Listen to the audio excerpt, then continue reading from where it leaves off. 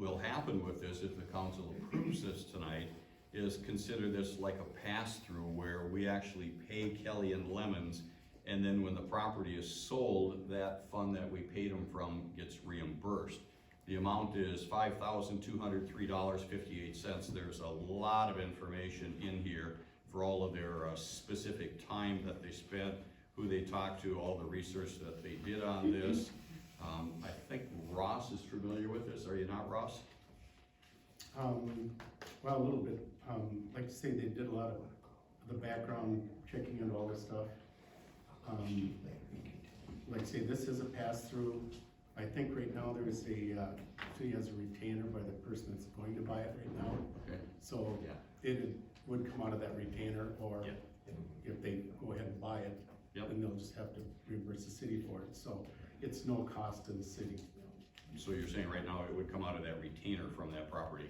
Yeah, depending on how things go in the next 2 weeks. Got it. Okay. Comments on this, Larry? This all looks to be in order, Okay. and, you know, Kelly and Lemons has always done a very thorough job in fairness to the city. Okay, sounds good. Troy, comments? No, it sounds like if it's paid for by the retainer, that's, Yep. that's good, it's no cost to the city, so. Exactly. we should definitely take Okay. advantage of it. Sounds good. So with that, I'm gonna call for a motion to approve the request from Kelly and Lemons. It is to pay the $5,203.58. It is for their time that is spent specifically on the purchase of the commercial property, which is located on Bench Street in Taylors Falls, Minnesota. That payment will come from the city's cash reserves from the retainer from the sale of this property. So do I have a motion to that effect? So moved. By Larry, do I have a second? Second. By Ross, those in favor? Aye. Aye, opposed, motion carries. And we're on to the next item here where it has been added. I'm gonna jump over the stewardship award, try to save a little good news toward the end here. The raise, that was recommended by the personnel liaison, so one of you two gets to speak to it. Well, based on the mostly favorable review, it's recommended that we, increase Mary's rate of pay by $1 an hour as per our agreement And when would that be effective? immediately. Okay, immediately as of today? Yeah. Okay, Can I add something? For that context of this December 1st, so Yeah. I don't know if you wanna use that or as of today, Okay. it's up to you guys. I think we talked about was December 1st originally, so, Okay. but do you guys December 1st, then. already Effective December 1st. probably already know how this vote's gonna go, so go ahead. Ross, when do you want it effective? yeah, December 1st. Okay, and you're supportive of the increase? Yes, and Okay. I'd like to make a comment that we did, when we hired Mary, we had an agreement that Larry and I wrote up with Mary all together. And I mistakenly didn't add at the one meeting in July, I guess it was, that the agreement was we're gonna do a review in December. And for that, I should have added that in there, I didn't, I guess I missed it. So that's part of the agreement, which actually supersedes our personnel policy. Okay, I assume that this is public information, anybody Yes. that wants, okay, Yep. I would assume Yep. so.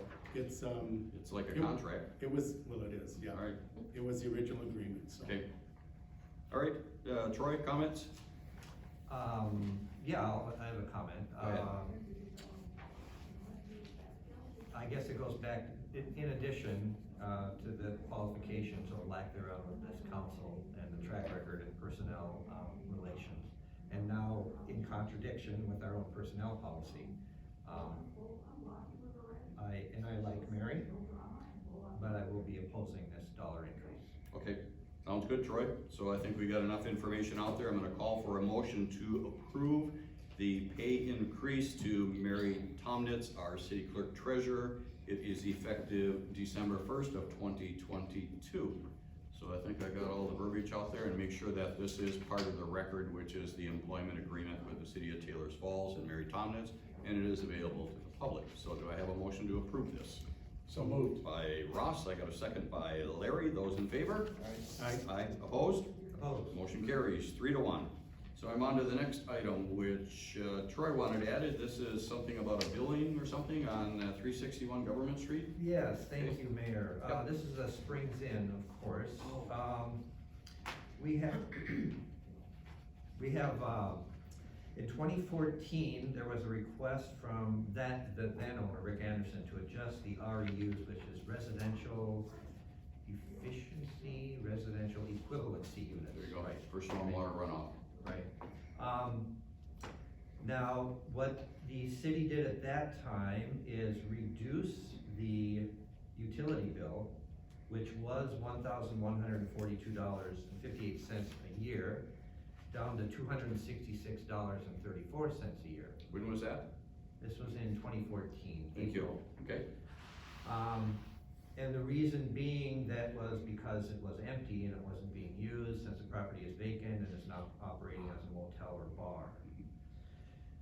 So, Mike, the other thing here in the motion is that, at that time, the city clerk treasurer has the authority to adjust the residential equivalency units at her discretion, depending on the status of the renovations of the building and or the grounds. Now, it's been occupied for a year. So my question is, I would like to request a report on how much the Springs Inn is being charged for their utility bill. Good question for their stormwater runoff.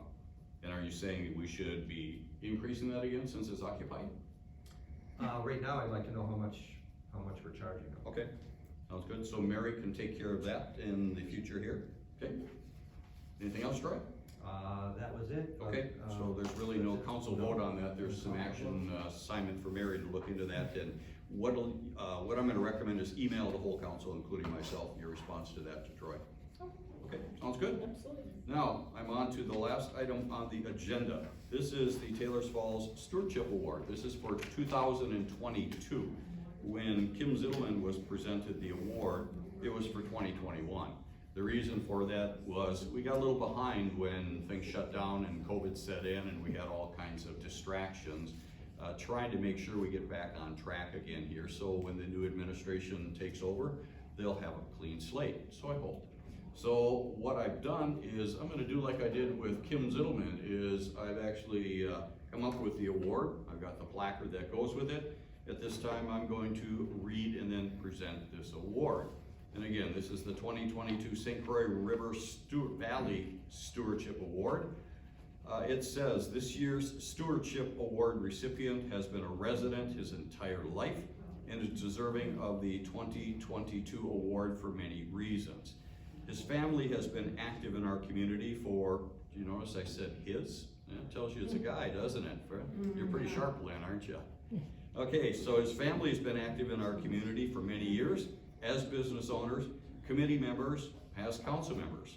He's followed in their footsteps in many areas and has given immeasurable hours as well, donating his time as fire chief from 1985 to 1988, and then serving on our fire department for a total of 42 years, which is no easy thing to do. During this period, he was part of the committee that started the fire pension fund using the pull tab money, which is an added benefit for our firefighters that are still serving today. Ross Rivard was first elected to the city council in 1980 and has served faithfully for 34 years, with most of that time as our executive vice mayor. I knew you'd like that. Yeah. I'm not done yet. He's served on our planning commission, multiple committees, and was especially fond of being one of our public works liaisons. Ross was instrumental in making sure that the power lines, Xcel Energy, were moved from Bench Street to our alleys. And again, I said he was instrumental in this, which greatly enhanced the beauty of our downtown. He had the pleasure of serving as a committee member who worked with Xcel Energy for countless hours. Remember that fight? Yep. Making sure that the power lines went underground instead of above ground. Ross also paid his own employees to wire our Memorial Community Center kitchen during the remodel project, which meant no cost to the city. He also negotiated with Northern Natural Gas to bring utilities to our city, which was not an easy task, but he made it happen. And I had to be careful when I started talking about natural gas and how I said that in here. The biggest project that Ross oversaw was the raising of the Taylor's Falls Memorial Community Center. It was raised up 1 foot in the air and it was rolled 2 feet toward the east. The result was a drier building, larger basement, which allowed our Taylor's Falls Historical Society to create our visitor center. So Ross's favorite role as Public Works Liaison is kind of a toss-up, in my opinion. It was between lining the sewer lines and paving streets. Both are in great condition thanks to his unending love for our city and his fight for funding during our budgeting sessions. We believe Ross A. Rivard has earned the right to be selected and honored as the Taylor's Falls 2022 Stewardship Award recipient, and on behalf of the citizens of Taylor's Falls, we offer to you our humble and heartfelt appreciation for all that you have done and continue to do to make Taylor's Falls a better place to live.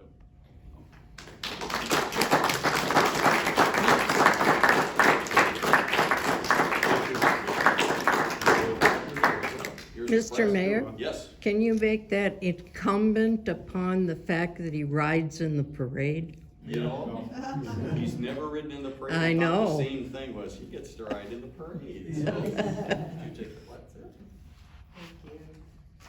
Excellent, let me shake your hand. Thank you. Oh. Action shot. Very good, so thank you everybody for your time. It's almost 8 o'clock. You know, meetings can be a challenge, but we're getting through them.